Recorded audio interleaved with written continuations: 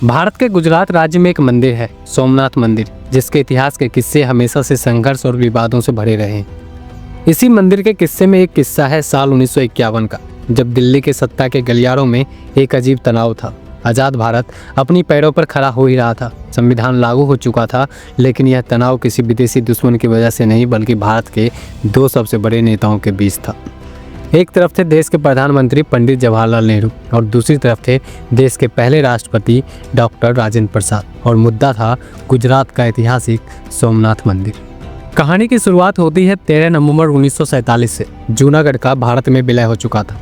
भारत के लौह पुरुष सरदार वल्लभ भाई पटेल सोमनाथ पहुंचे। उस समय मंदिर की हालत जर्जर थी। कुछ स्रोत दावा करते हैं कि इसे 17 बार नष्ट किया गया। इस मंदिर के धन संपदा को लूटा गया और मूर्तियों को भी नष्ट किया गया था। कुछ इतिहासकार बताते हैं कि जब गजनबी भारत आया था तो इस मंदिर से करीब 20 मिलियन दिनार की संपत्ति लूट कर ले गया, जो अगर आज की कीमत से देखें तो लगभग 58,000 करोड़ रुपए से ज्यादा की संपत्ति थी, जिससे आज हम पूरा शहर बसा सकते हैं। यह सिर्फ एक मंदिर नहीं थी, यह भारत की अस्मिता यानी प्राइड का सवाल था। पटेल जी ने वही शपथ लिए कि जब तक सोमनाथ का पुनर्निर्माण नहीं करूंगा, मैं चैन से नहीं बैठूंगा। जब पटेल जी ने गांधी जी से इस बारे में बात की तो गांधी जी ने तो समर्थन दे दिया था, लेकिन उन्होंने एक शर्त रखी कि मंदिर बनेगा, लेकिन इसमें सरकार का एक भी पैसा नहीं लगेगा, यह जनता के पैसे से बनना चाहिए। पटेल जी मान भी गए और इसके लिए एक ट्रस्ट बना और काम शुरू हुआ। लेकिन 1950 में सरदार पटेल का निधन हो गया और यहीं से विवाद शुरू हुआ। पटेल जी के जाने के बाद मंदिर निर्माण की जिम्मेदारी आई पटेल जी के करीबी और नेहरू सरकार में मंत्री रहे के.एम. मुंशी पर। के.एम. मुंशी सोमनाथ मंदिर को भारत के पुनर्जागरण का प्रतीक मानते थे, लेकिन वहीं दूसरी तरफ नेहरू जी इससे असहज थे। नेहरू जी का मानना था कि भारत अभी भी धार्मिक दंगों और बंटवारों से निकला है, और ऐसे समय में अगर सरकार या उसके मंत्री किसी एक धर्म के मंदिर निर्माण में इतना बढ़ चढ़ कर हिस्सा लेंगे तो दुनिया में गलत संदेश जाएगा। वो इसे हिंदू पुनरुत्थान कहते थे।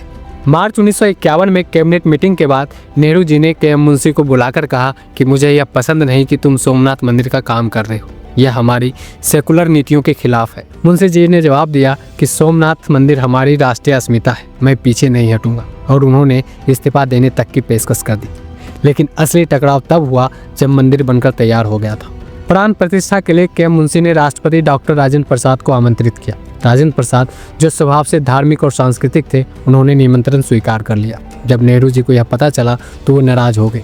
उन्होंने तुरंत राष्ट्रपति जी को एक चिट्ठी लिखी। उसमें उन्होंने सलाह दी कि राष्ट्रपति को इस कार्यक्रम में नहीं जाना चाहिए। नेहरू जी का तर्क था कि आप देश के संवैधानिक प्रमुख हैं। एक सेकुलर देश के राष्ट्रपति को किसी मंदिर के उद्घाटन में जाकर खुद को एक धर्म विशेष से नहीं जोड़ना चाहिए। आमतौर पर राष्ट्रपति प्रधानमंत्री और कैबिनेट की सलाह मानते हैं। दिल्ली में सांसें थमी हुई थी कि क्या राष्ट्रपति झुकेंगे, लेकिन डॉक्टर राजेंद्र प्रसाद ने नेहरू जी के सलाह को विनम्रता से खारिज कर दिया। नेहरू जी की चिट्ठी के जवाब में डॉक्टर राजेंद्र प्रसाद ने भी पत्र लिखा था। प्रसाद ने लिखा कि मैं अपने धर्म को बहुत मानता हूँ और इससे खुद को अलग नहीं कर सकता। 11 मई 1951 को उन्होंने न सिर्फ सोमनाथ पहुंचे, बल्कि उन्होंने वहां शिवलिंग की स्थापना भी, और फिर उन्होंने वहां जो भाषण दिया वह ऐतिहासिक था, जिसमें उन्होंने कहा कि भारत एक धर्मनिरपेक्ष राष्ट्र है, लेकिन इसका मतलब यह नहीं कि हम नास्तिक हैं। हमें सभी धर्मों का सम्मान करना चाहिए। सोमनाथ का पुनर्निर्माण उस दिन पूरा होगा जब हम सिर्फ मंदिर नहीं बल्कि भारत की समृद्धि का भी पुनर्निर्माण करेंगे। यह झगड़ा दो दुश्मनों का नहीं था, यह दो विचारधाराओं का था। नेहरू जी की नज़र में सेकुलरिज्म का मतलब था सरकार का धर्म से पूरी तरह दूर रहना।